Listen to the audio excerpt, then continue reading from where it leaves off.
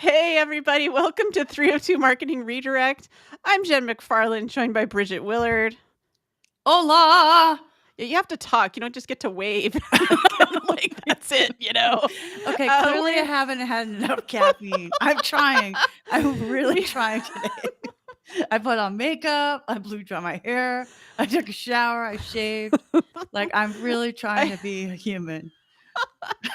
And welcome to the second episode. And welcome to the second episode. Overused copy, i.e., badass ROI, potentially leveraged, things like that. And then also, if you've noticed, I'm really red. No, we did not have a heat wave in Portland, Oregon. I just had an incident outside on the street where I may or may not have yelled at some lady I don't know. She just wanted Portland to be more like New York City, huh, Jen? Apparently, yeah. And I'm just not that into Portland anymore, if you want to know the truth. Maybe Portland's just not into that. It's a long, drawn-out breakup where I'm really trying to convince my husband that it's time to go. Portland left you on red. Well, my girlfriend was jogging around the neighborhood. This is not a joke. And the police pulled her aside and said, hey, there's a guy in a light green Subaru right now who's driving through the neighborhood trying to abduct joggers with a gun. Okay. So, so I was like, so you went right home, right? She's like, no, I just looked for a green Subaru. Oh my God.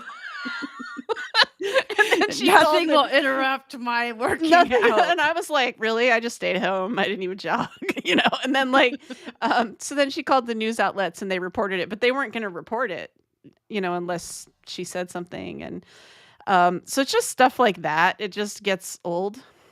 Yeah. The guy had a gun. He had the police found somebody who was curled up in the bushes, all nervous and stuff after it had happened. And, stuff like that. And then I had to yell at the dumb lady today who wanted me to back my car into an intersection because the streets here are narrow and people park on the sides of the street. So you're kind of playing chicken with people. I had just passed through an intersection behind another car, and this lady just decided she needed to come through. Well, she was the one who had street behind her. Okay. And usually that person is the one to back up and let the other person through. Just kind of how it works. So she pushed and pushed and pushed. And she had room, I pulled over, and she's yelling at me and I'm like, what? And John's like, she wants you to back up. I'm like, in the intersection? I'm like, no. And John's like, no, she's yelling. Why don't you do it? I'm like, I'm not doing it. So I ended up doing it because my husband was in the car. And then I may have yelled at the lady on the way by. Okay. Yeah. Okay. She had a Chihuahua though. I have no regrets or regrets. No regrets. When you only read, you don't know how things are pronunciated. And I like to say it that way on purpose. No regrets. Pronunciated. I said that to my husband once. I said, no regrets. And he's like, what do you mean? And I'm like, oh, people get the tattoo on their arm wrong all the time. And so this is COVID time, right? So we spent 2 hours looking at no regrets tattoos on Google. So if you ever Google no regrets, there's all kinds of tattoos out there. It's kind of funny stuff. So, we were going to talk about words today. Yes, words. So speaking of regrets, which is not spelled that way, it's actually spelled regrets. Ta-da! Yes. Overused marketing copy. Go. What are words that people ask you to use or that they think? So in the graphic for today's show, I put in badass because I feel like people are always like, hey, I'm a rock star coach. I'm a badass. I'm going to help you be a badass. And I feel like it's really overused. But are you a badass? To me, I mean, I am. It is over. Okay, it is overused. And I know that we do that in our female hustler culture. But, okay, so, God, I have so many. The one that bugs me the most is ROI. And that's not really in marketing copy. It does appear in marketing copy. Yeah. But it's an accounting term that has nothing to do with marketing, which is an expense and not an asset. So because it's return on investment. Yeah, investments are assets. So if you buy something that increases in value, that's an asset class in your accounting. There's no return on a business expense that way. So I really, really hate it, and that's my accounting background. And also, I hate it because all you're doing is buying eyeballs. So it just drives me banana pants. Um, How many that's eyeballs do you have over there? I just imagine you like have an eyeball chest over there, and you Igor. open it, and you're like, Oh, I mean, let's try this eyeball. I get it, but I think that if you, I do not have an accounting background. Shocking, I know. But They didn't want accountants in the Peace Corps. hey, now. Imagine that. I think they have them, but I don't know. Not me. They're in the front office. My my dad was an accountant. My business partner's an accountant. Like I'm around numbers people all the time. It's not. I don't number. But like people want to they're investing in their marketing. Yeah. So they want to see a return on that. And it's not always eyeballs. It's that it leads to a conversion, although the conversion part is actually sales, which is separate from marketing, which is one of my pet peeves, frankly, because people conflate marketing and sales all the time and they're different. Yeah. Like, you market to get attention. Right. And then once you have it, somebody else is closing the deal. It's not my problem anymore. Not my problem anymore. So transparent. Transparent is another marketing word that used to mean something like, okay, so Buffer is transparent. You could go on their website and find out how much happiness engineers make, and the CEO, Joel Gaston makes. That's transparent. Right. But, a lot of companies aren't transparent. And you know that when you have to sign an NDA. Good point. Which is a non-disclosure agreement. So like, we're really transparent and we want to be, here's another one I love. We want to be authentic. Hey, Shelly, thanks for watching. Shelly, our first live viewer ever. Cha-chow, sound effects, post-production things. Overused concept empowerment. I agree with this. In fact, when I got my whole rebranding and I met with the writer and they're like, what are some of the words that you can't use? And the only word that I said you cannot use is empowerment. And the reason why is empowerment. No, I cannot empower you. Empowerment comes from within. I mean, that's like the whole definition of empowerment. I can inspire you. I can help you. I can motivate you. I cannot empower you to do something. Yeah, you can encourage. You can equip. I can encourage. Shelly agrees. I totally agree. That's definitely. I don't have a whole lot of people asking me to put specific words in my copy. I think they know better than to tell me what to do. But this was more like, what are things that you see like out in the wild? I mean, rock star. That is so stupid. Or I'll tell you. You want to know? Do you want to know? Yes, that's why we're having a show. I cannot stand these stupid ass job titles and changing up of names. Okay, you're the you're a demand. You're head of demand generation. Fuck off. You're a marketer. No, because it was growth marketing and that or growth hacker. Oh, you don't like growth hacking? No, because there's no hack, okay? There's only work. And I hate that. Like, I'm a growth hacker. I'm in charge of demand generation. Somebody sent me a job.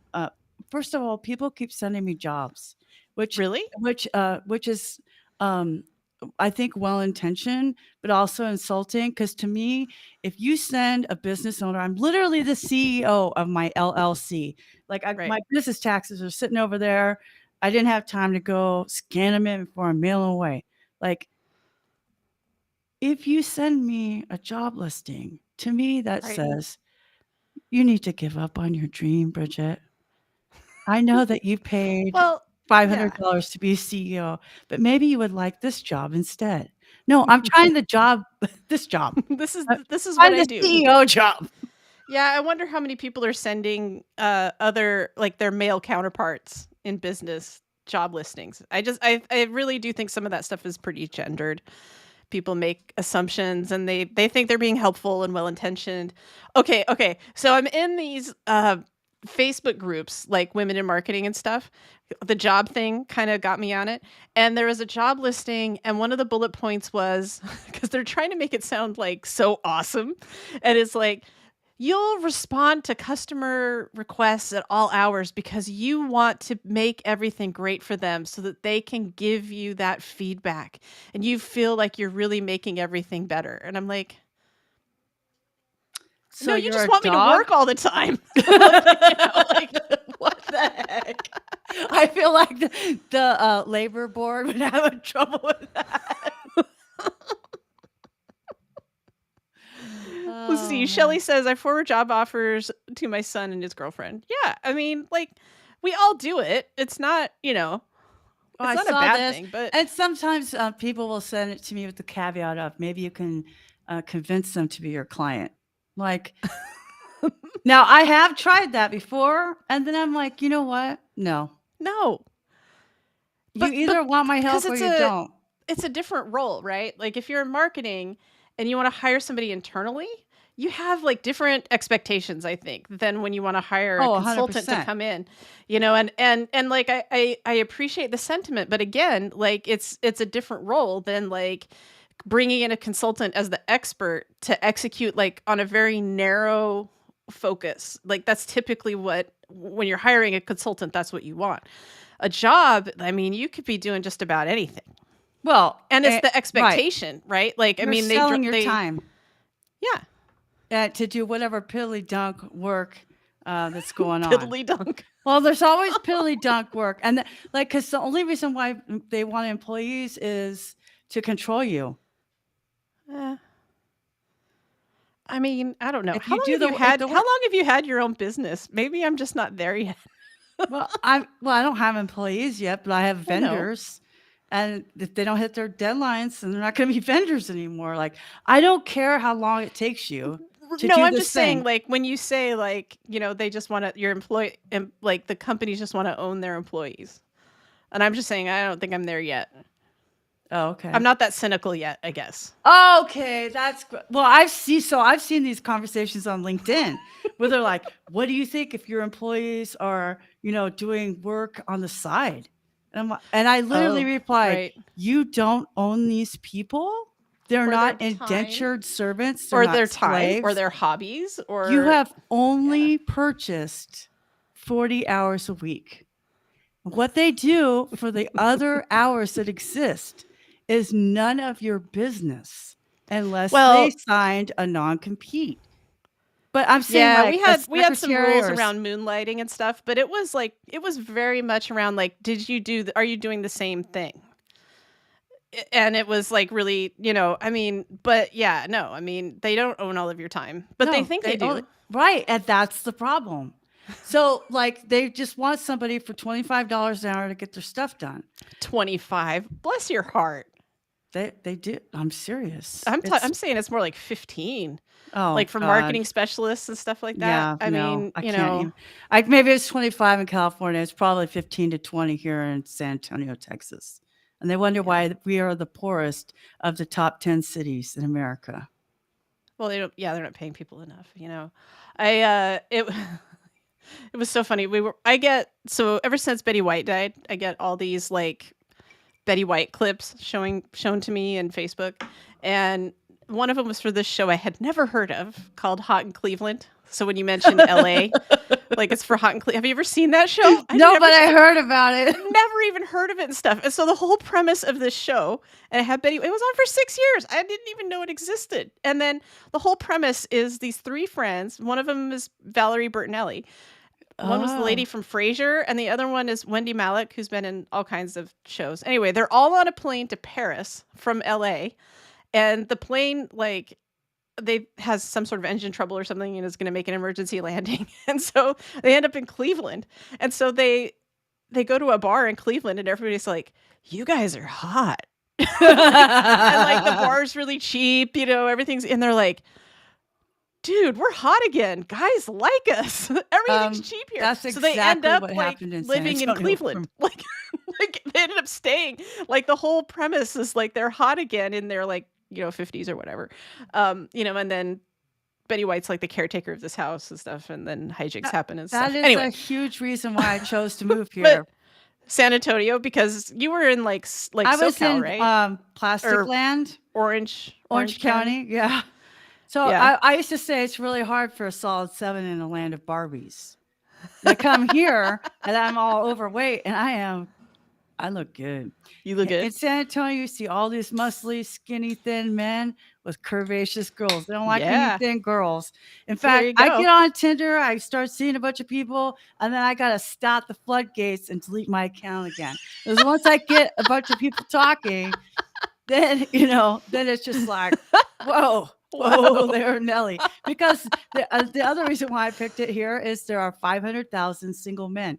That's a lot of single men for a For town you. of 1.7 million. So wait a minute. So you just picked up your whole like marketing company and everything to move someplace because it would be a good place to meet dudes? That Like was you don't one have, of the reasons. or do you have friends there? My best friend lives 2.5 hours south of me, Okay. and then I know some people in San Antonio and Okay. stuff like that. But I don't have any friends like within 10 minutes of me yet. Like, Okay. it's a city, like people Right. go, Yeah. oh man, you go to the dentist way over there. I Okay, thought I you were going to can't stop walk. at you go to the dentist, and I was going to be like, okay, I'm a little scared now if it's like an event to go to the No, dentist, but my okay. regular dentist I walk to, but so weird.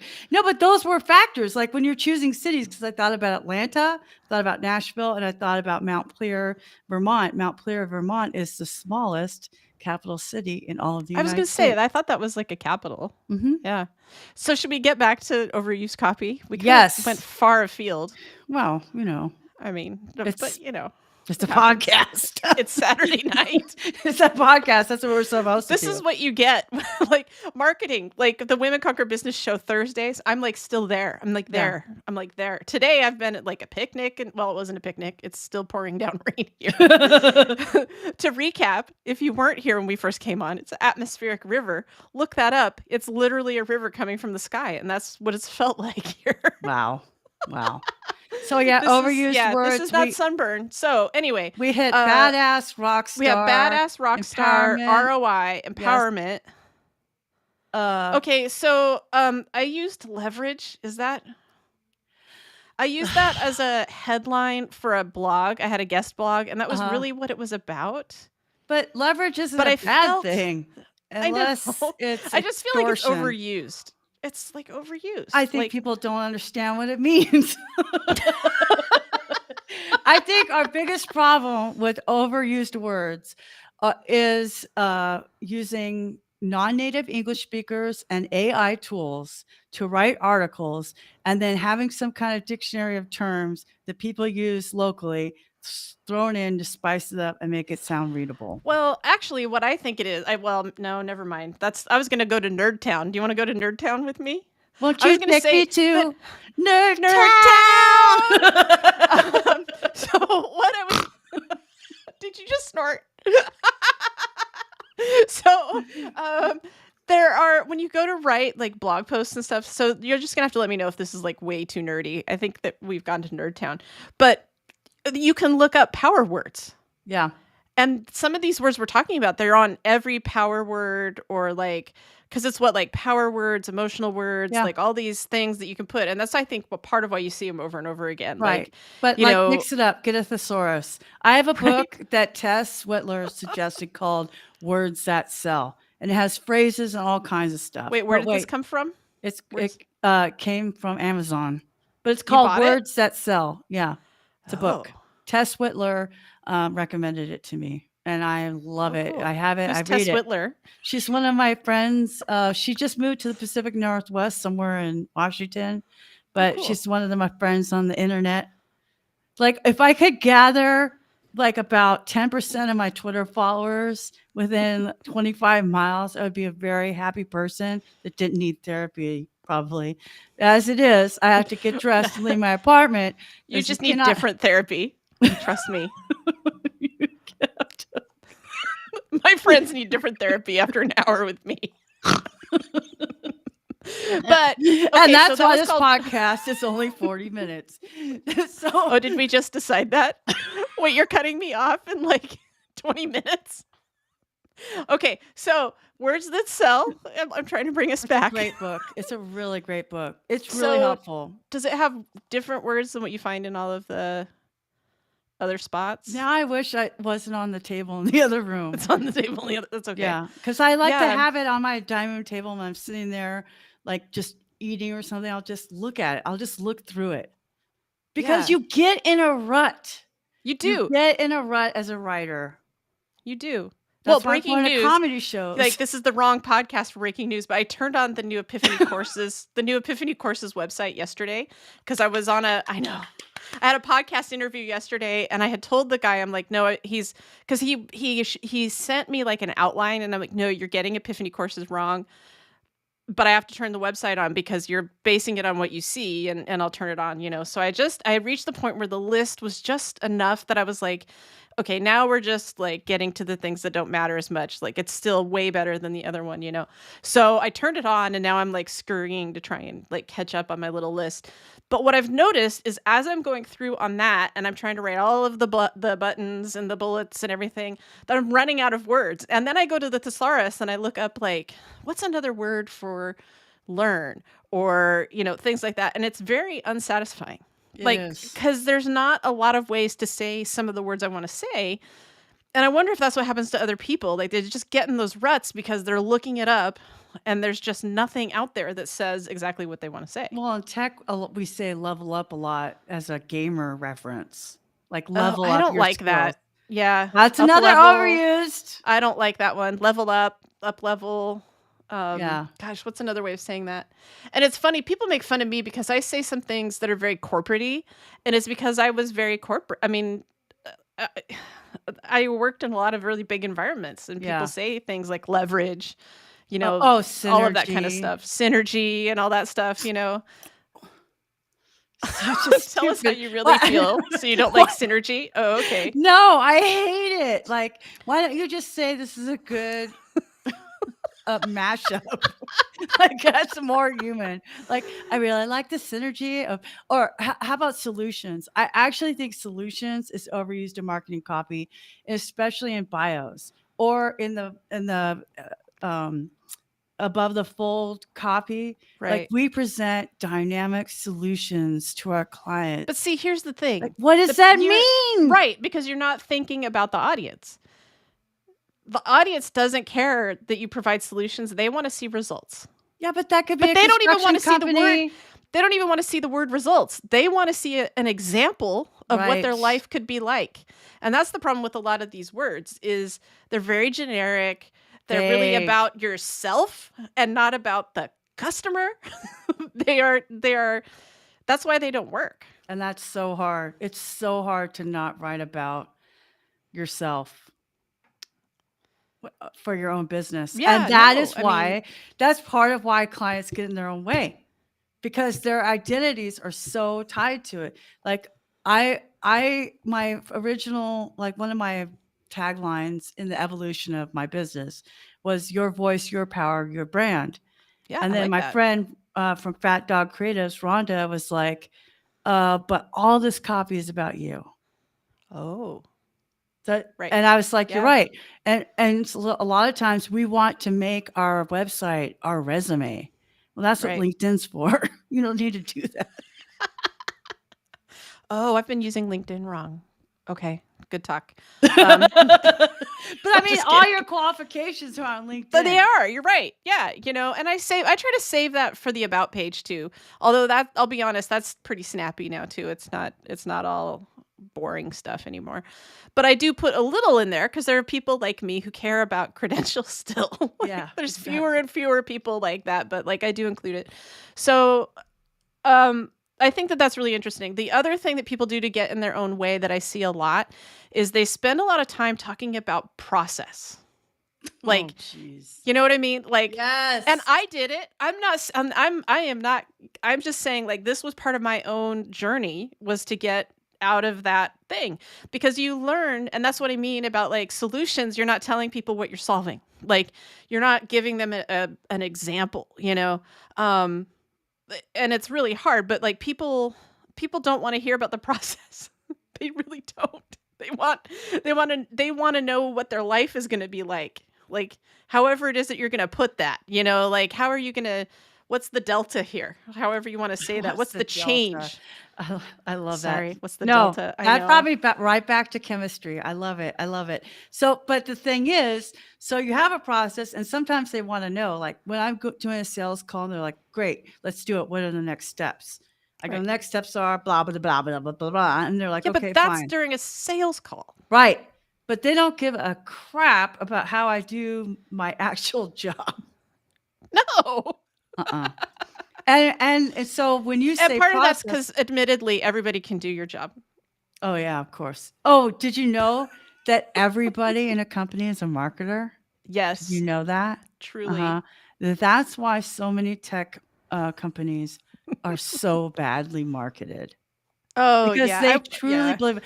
And I'm going to say something. Uh-oh. What are It's you going to revenge say? of the nerds because in a normal world, the marketing people tell the computer people what to do.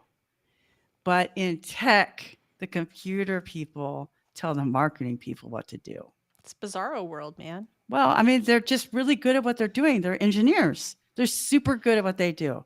But that But doesn't mean they that's know how to talk about it. right. Well, they know how to talk about it to other nerds. Well, They okay, don't know but how to also talk they're about too it to close to it. customers. And it's a common startup problem. Like Oh, it's a startups know how to huge talk to problem. investors. They know how to talk to each other about what it is that they're doing. But they don't know how to interface with the people who are going to pay them money.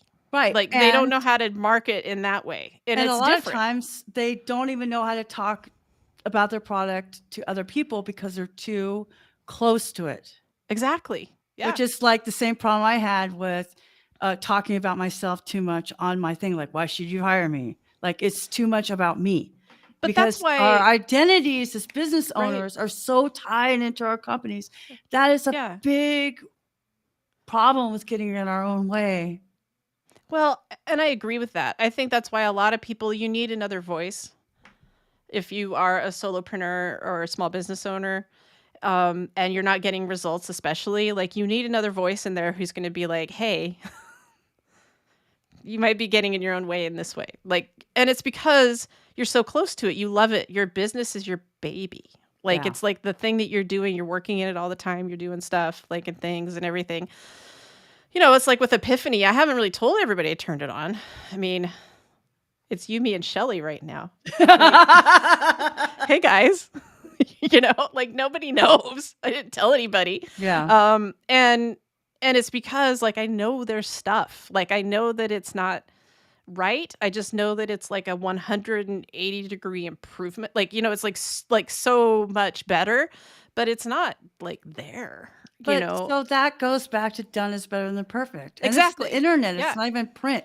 But I used to work at a publisher when I was a teenager, and every time they would get, they'd print a textbooks, it was college textbooks, and they would get corrections, red lines or whatever. They just kept them for the next edition. They kept them Right. in a big stack. It doesn't matter, but like we're so afraid of what people will say. And we think Yeah, I tens mean, of people will yeah, be tens of people. they're not. Nobody cares. It's true. I Unless they're mean, really stalking you to be a hater, like the Philistines, like the Pharisees were with Jesus. Oh, it's the Sabbath. I bet he's no, gonna heal it's someone. it's like my Just hater. Like, how is it like Thursday's show of Women Conquer Business was amazing. It was like off the hook. Like, and we had all these comments and everybody loved it. Like, and Shelly and I were both on it, Shelly's so knowledgeable. Like she was just doing it. Yeah. Hater. My hater on YouTube. Hey dude, you're still there. yeah, Thanks, it's man. Like it's like I can always guarantee it. And I just laugh at it. I just laugh. elbow cop.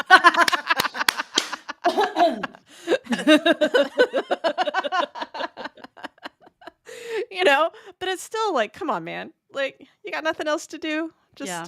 Just some hating.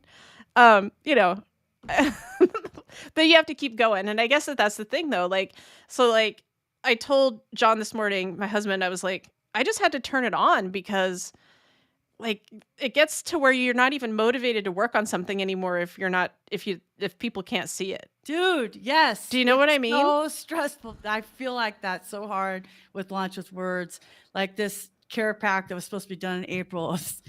What day is it? June 11th. Okay. I still have 6 more to write. And I can knock them out, but like right now I'm writing about chickens. Okay. So Wait, what? yes.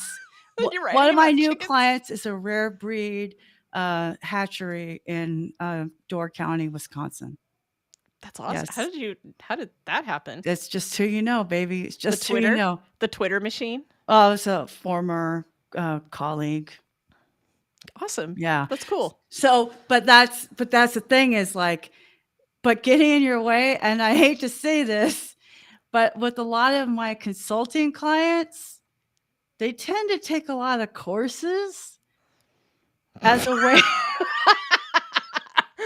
Not to bust you, Jen, but they take a lot of courses. I mean, this is good for your business. They tend to take a lot of courses to procrastinate from actually doing something productive. Well, that's why I add a community, because I want to talk to them into like there needs to move be accountability. Them. Yeah, because at first it wasn't like that. I mean, that's the thing. It's like totally changed. We used to want to do like, independent, we wanted to do like independent courses. It wasn't going to be any live time with me. It wasn't going to, all this stuff. And we've changed that. Like it's a community. There's going to be live events and like, which means kind of like coaching with people, but a lot of it is like people need that accountability to like move. Oh, 100%. I realized, so like, but that's why we changed it to a membership and everything. Yeah. So the other thing that they'll do is they'll nerd out over specific tools. So my philosophy is the one you use is the one that works. Yep. Trello, ClickUp, Asana, Notion, Airtable. It doesn't matter. Monday. It's the one that you use. Excel. It doesn't. I use Excel, honestly. I use Google Sheets. Well, to me, Google Sheets, Excel. It's because it's already included. But I have a paper calendar. I have literally a paper calendar for client deliverables. And then I have another calendar for my own stuff. That's because I want to see it. I don't want to always open this machine up and have it telling me what to do. Right.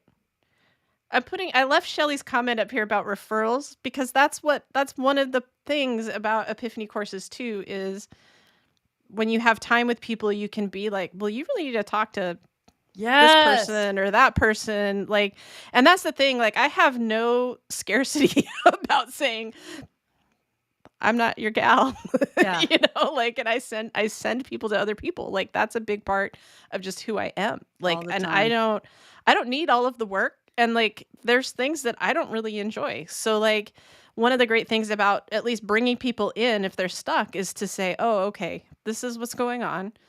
And you help people, and then you help them into the next place. Like that's really what we're all here for. We're all stops on somebody's journey.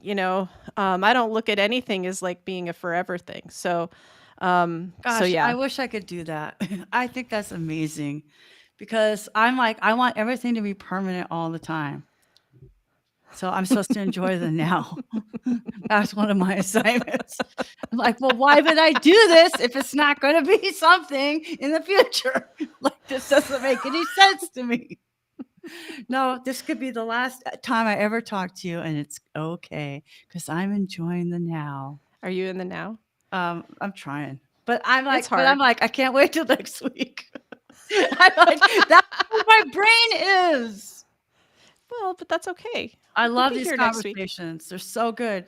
And so like, how are we, what's it like? I know like we're trying to be funny and everything like that, but honestly, are we trying? Sorry. Maybe we're not trying. I don't know. We haven't totally nailed down the tonality yet, but like, what could we do to encourage people? If there's, a couple of teachers in this podcast, what's like some lessons of like, okay, so instead of using Epic, Like, how do we get these how do we know something's too saturated, too overused? Like, what are some tools to find that, that different voice? Yeah, I mean, I have a barometer, and then what I was starting to say is I'm in a lot of different groups, right? And one of them is this women in marketing. I've thought about adding you to it. I was going to ask you if you wanted to do it because people Sure. are just talking about all the problems that they're seeing. It's just a Facebook group, and it really is a good barometer, I think, for a lot of things, where you just kind of see like the patterns. Some of it, of course, is like tactical questions and stuff like that, but it's a lot of kind of just seeing what's going on in marketing and what people are like tired of. There seem to be all these questions that pop up, and everybody's like, "Oh, that's overused," or whatever, so it kind of like it bubbles things up, and then you kind of see it, and then it's like when when you buy a new car and then suddenly you see them everywhere, Yes. you And know, and it could be our own problem. I remember when I used to lead worship in church, all the musicians, we were sick of songs. The people weren't sick of songs. They only heard them like once a week. We've been rehearsing right. this stuff, And so there's that balance of like, maybe this is overused in one industry, but it's not Yeah. overused with chickens. Like, Back to the chickens. I mean, it's a different world, right? So, I mean, who's talking about, the epic ROI of chickens? Chicken coops. Well, I'm going to tell you right now, the Spitshaven, once they're mature in 6 months, you get 170 eggs a year. That's enough to bake 56 chocolate cakes. That's some ROI for you right That's some there. ROI for you. Is it though? Not according to you. Well, the chicken is an investment. It's not a marketing expense. It's an asset. Assets depreciate. Oh, we're reviewing now. Okay, good. Thanks. I was an English major and an art minor. I don't really care about assets and Yeah. ledgers and numbers and calculators No, I and was just stuff, trying to use I all of our overused words in a sentence. Here's what I think. There was a book by Jen Sincero called You Were a Badass. And every business owner Oh read my that book, god, and then yes. everybody wanted to say everything was a badass. And I have this blog post that's like sitting that I need to edit still about marketing myopia, which means like you just see it and then you copy everybody else. Yeah. And for people who don't like know the word myopia, which is kind of a Super $10 word, I focused. think, but you get like myopic, which is like you kind of are in this. It's what you're talking about. Like, how do we know if a word is overused or not? Right? Like we're sitting in our industry, and then there's like all these like business coaches and service providers and consultants, and they're sitting in their own industry, and they're tired of certain words or they don't like to describe things in a certain way. And what it means then is everybody is a carbon copy of everybody else. So you go to one IT consulting website, and it looks like all of the hundreds of other ones. And then people say, why can't I stand out? And it's because you look like and you sound like everybody else. And it's not, and it's the words, but it's also like that you're not talking to the client, I think. Dude, not only that, but as a copywriter, like your original question, which words have you been told to use? I Yeah. have, however, been told to emulate the copy found on our competitors' web pages. I'm like, I don't give a crap about whatever their website says. First of all, we don't know what their goals are with that page. We don't have the data. We don't know if it's successful. We don't Right. know if their audience is the same as ours. We shouldn't be, and that's part of why so many web pages are just copies and copies and copies, because everybody is assuming that their competitor or who they want to be, that's the way they should also do Well, it. or that they're more successful, or that, Right. there's so many assumptions about success and viability and whether it's working or not. And a lot of It times could we just just need to. I mean, we don't know what's funding it. Could be just somebody's like lost leader. Exactly. That's the thing. And I will tell you that things have turned around since I finally just said, I don't care what anybody else is doing. Doesn't matter to me anymore. Yep. And that's why I like the tweet today where I'm like, finally off of WordPress, finally off Active Campaign. I just realized like I didn't like it. Like, and I needed to be on things that made sense to me. Like, Right. and I know that it's very counter to what all of my colleagues are saying and doing, and I get it. And it's not even about what I would recommend for other people. They don't have to do what I'm doing. Like, Right. that's fine. It's about like carving out your own way and finding your way of doing it.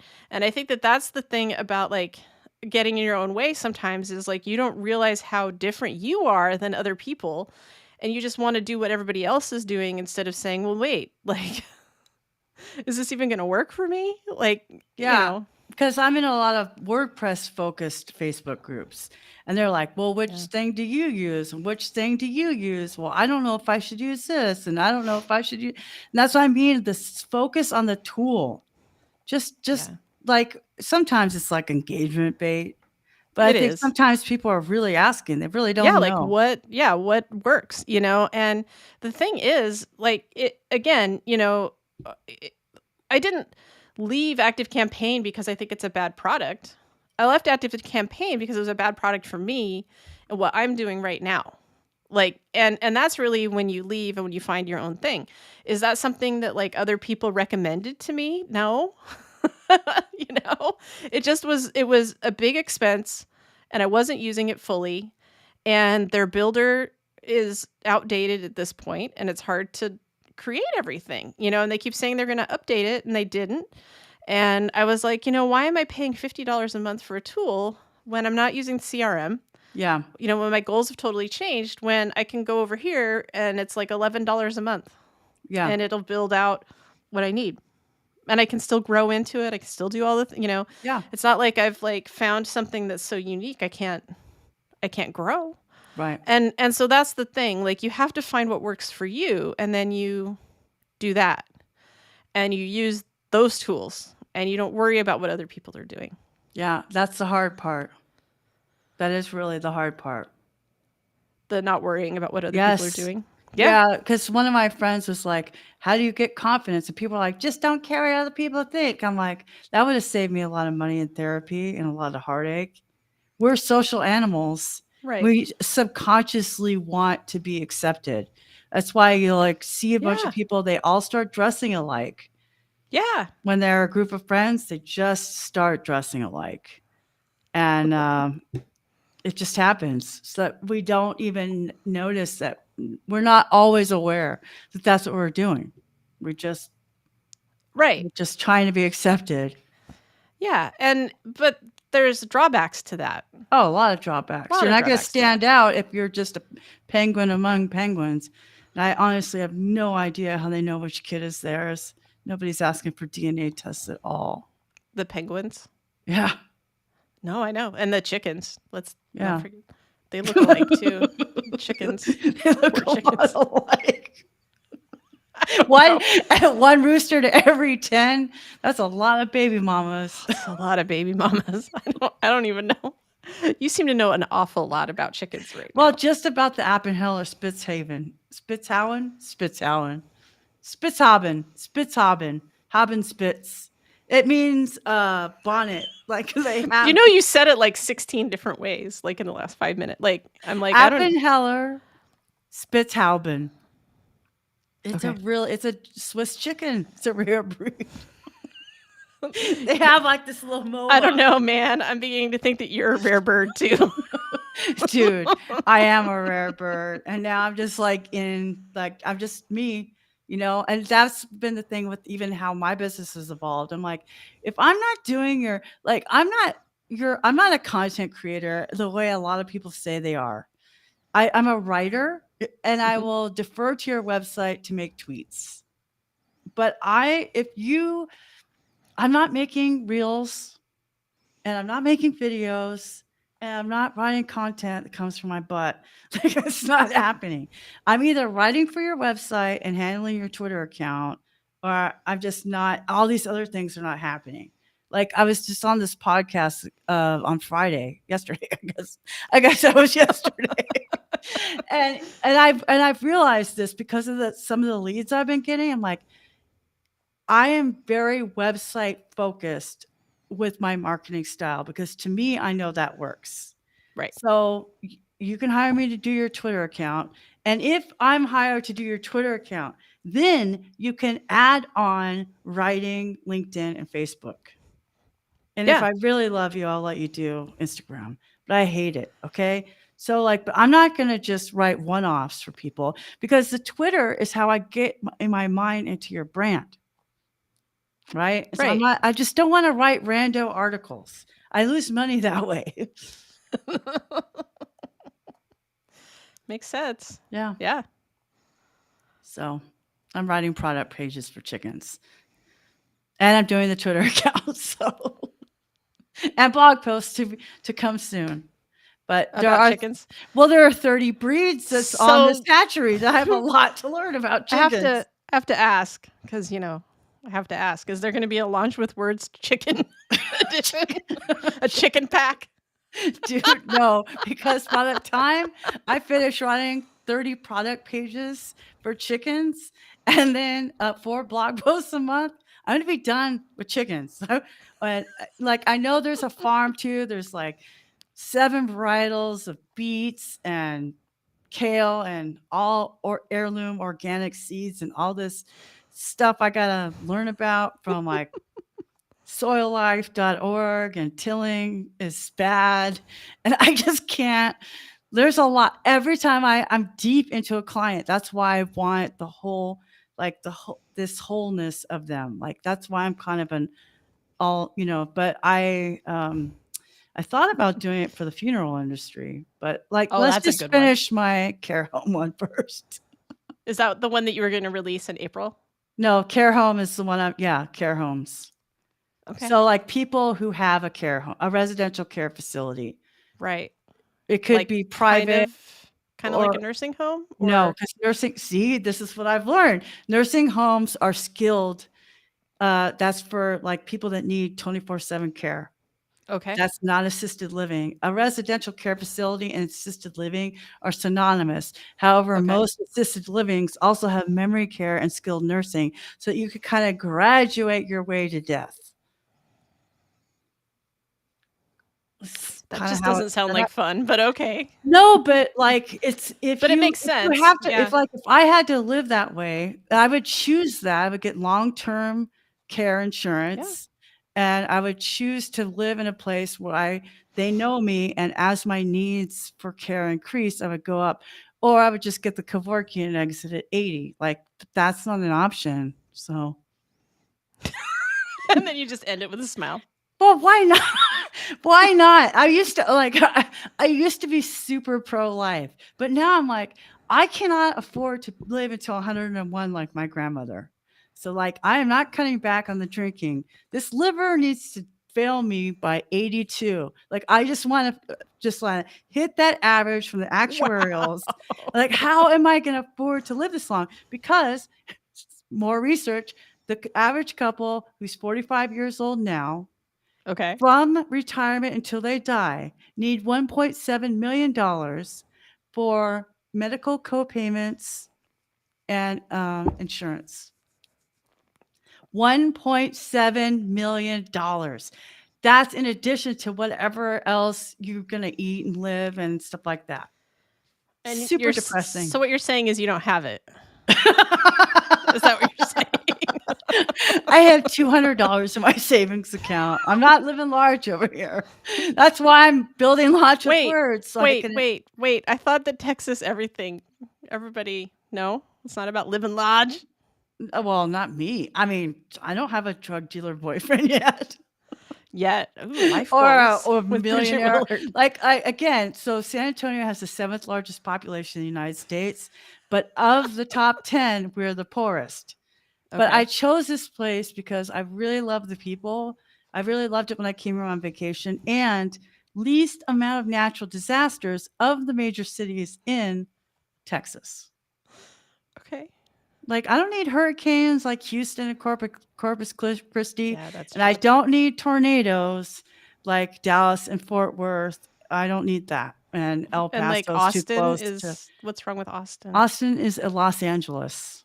Oh. There's no reason for me to move from California to live in Austin. It's just all the other people from California living there. Oh. Okay. Good talk. Thanks. But one of my friends just So moved, so I guess I'll be spending more time. I know, I saw that. So, okay. So you don't have the 1.7 million. So but you're going to use that $200 you have in savings to buy more whiskey? Well, that's my grocery money. Oh. But no, I mean, like, so but anyway, that's why I'm building that's why I have Launch with Words. Well, yeah, because it's Because passive income. yeah, eventually it will be. And then I can build up my savings account.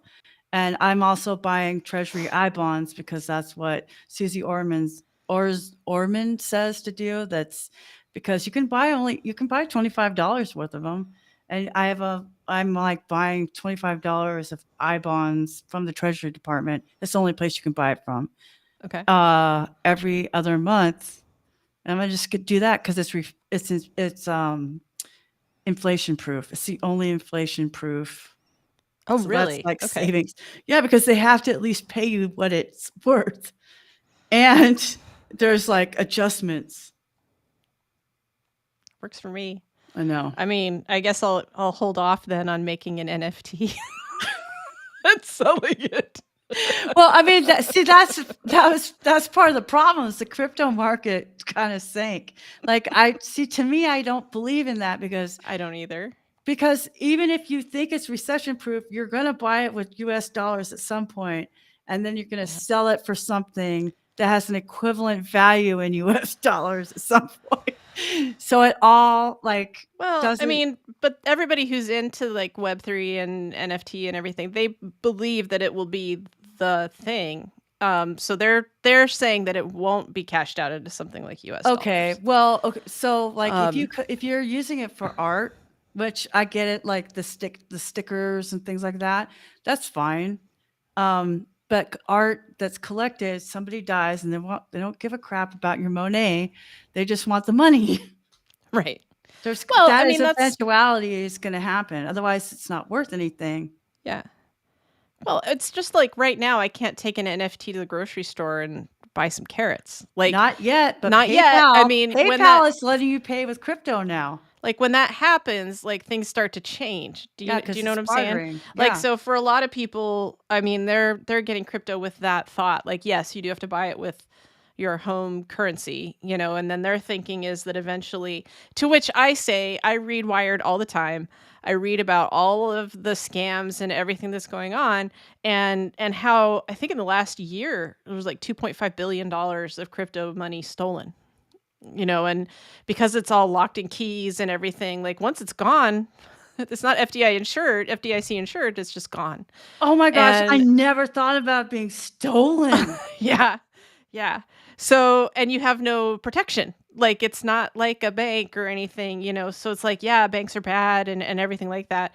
But it's also in this system with you can even lock yourself, because I know how all these keys work, the keys, like you can lock yourself out of your own account. And if you lock the key and don't remember how to get into it, you can never get to it. Because like it doesn't exist. It's like it doesn't exist. And so I think until some of these things get kind of worked out, like it's really hard for me to say I'm going to put my money in it. Because it's side money. It's my money. I mean, my little side money is just I'm throwing money into a stash. Okay, I mean, I'm not trying to not save. I have a stash account that's for retirement, and I'm doing the I bonds because I'm like, okay, it needs to be more balanced. But like, I'm just not at the income level where I can afford to do that yet. Yeah, I'm paying for this beautiful smile, and when I start making tens of hundreds of dollars extra, but only till you're 80.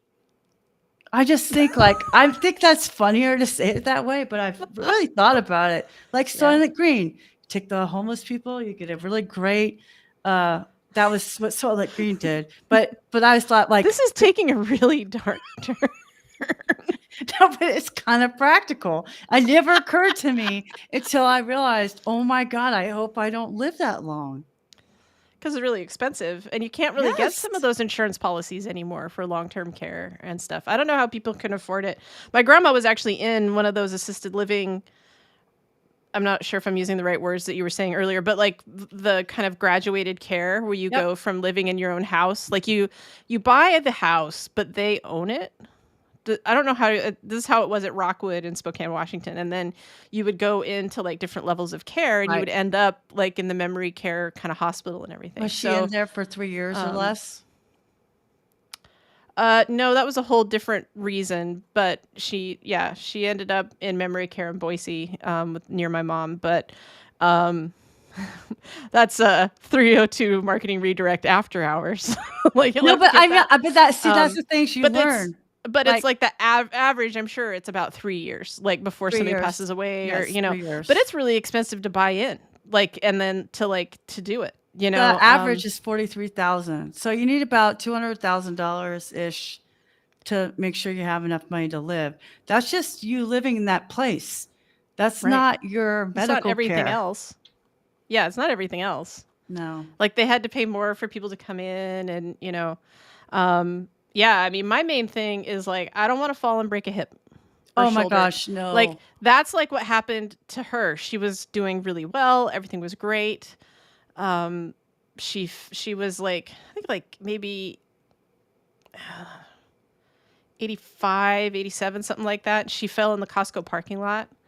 And when she broke her hip, then like, and my brother, he's a nurse and he says that that happens a lot. Like your mental capacity for some reason is something happens when you break your hip and and then she got dementia and all kinds of stuff. And it was just really That's so hard. sad. So yeah, that's the main thing. Like, Man, I don't, gotta start don't yoga fall. again. I know. I get that balance. Like, I don't need to be falling. You're talking to concussion girl over here, like fell and hit her head. Like, you think I don't know?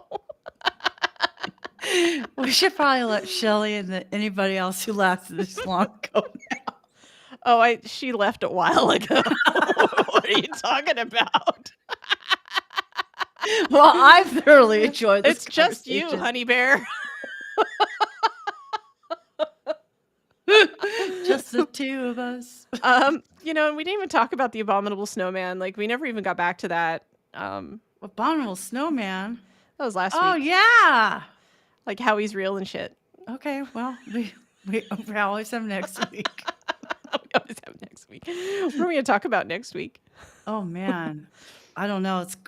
There'll be something. I'm sure that something happens to us this week and we're like, topic. I know I still have to come up with a topic for tomorrow's newsletter. How's that? I haven't either. I'm just so over it. I'm sick of selling myself. Writing about chickens? Oh my God. I've almost started writing again tonight. I'm like, nope. I literally bought a 8-year-old joke book because it really needs to be. My humor was too witty for the first pass. Oh, really? Yeah. So Yeah. it's supposed to be like for families and like kids could possibly read this. So we're aiming On for the chicken 8-year-old site? jokes. Yeah, because Oh, a lot okay. of moms and kids in Chicago want to have a pet, a chicken, A chicken for pet. So those are because for like urban farms then. yeah, That's people what we that call want them to grow here. their own, Like, yeah, yeah. urban farms, yes. And they Yeah. just want to have a chicken because the eggs are better, and they want to make Aunt Marge jealous because the cake is so much better. But see, that was too witty, so that line got deleted. So that line got deleted. I Fresh hear ya. eggs. But chocolate Yeah. cakes, 56 chocolate cakes a year. I Now mean, for that reals. every 8-year-old can Did that understand. stay in? That's what I turned in. I'm not editing it anymore. So Oh, okay. 3 Good talk. edits. I don't do that.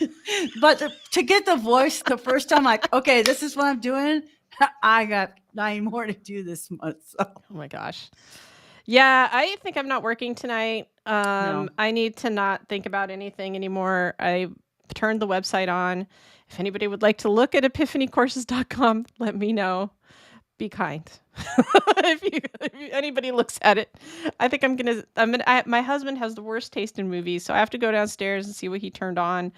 If it's something like, I'm not kidding you, I've like had wonderful days completely cratered by this man's horrible film choices. Like, and like, like I was like, I came downstairs, I was like, yes, this day was just awesome. And he's like, oh, okay.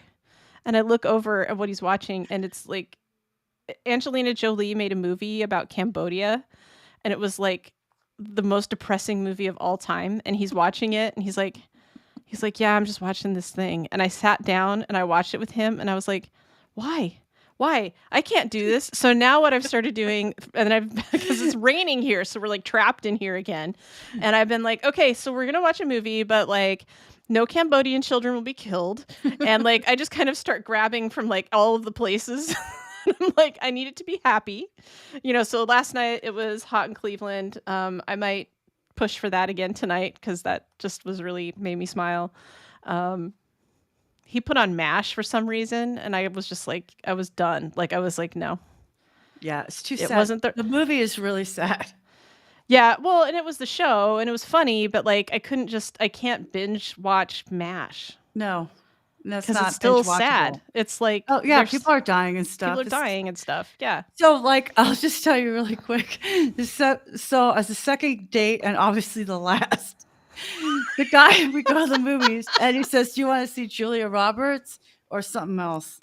And I was like, "Oh, Julia Roberts." And so we get in there, and there's like this dragon thing everybody's seeing, and he's like, "Oh, da da da, something dragon." And I go, "I have no idea what that is." And he goes, "Oh, you don't know?" I go, "No."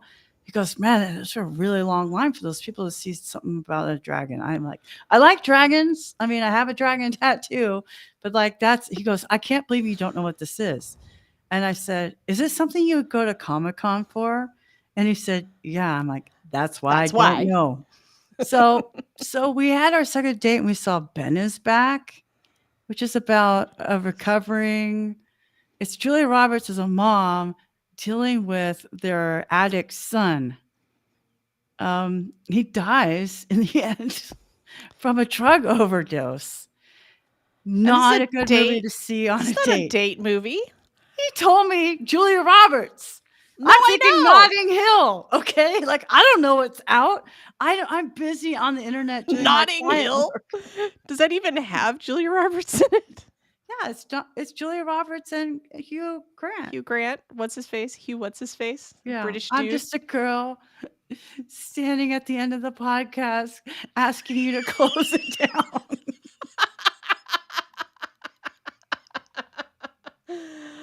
Wow. I'm jumping the shark over here. And with that, I'm going to hit this end stream button. Thank you so much if any of you have made it this far. You're my hero. Listening or watching the 302 Marketing Redirect with Bridget Willard and Jen McFarland.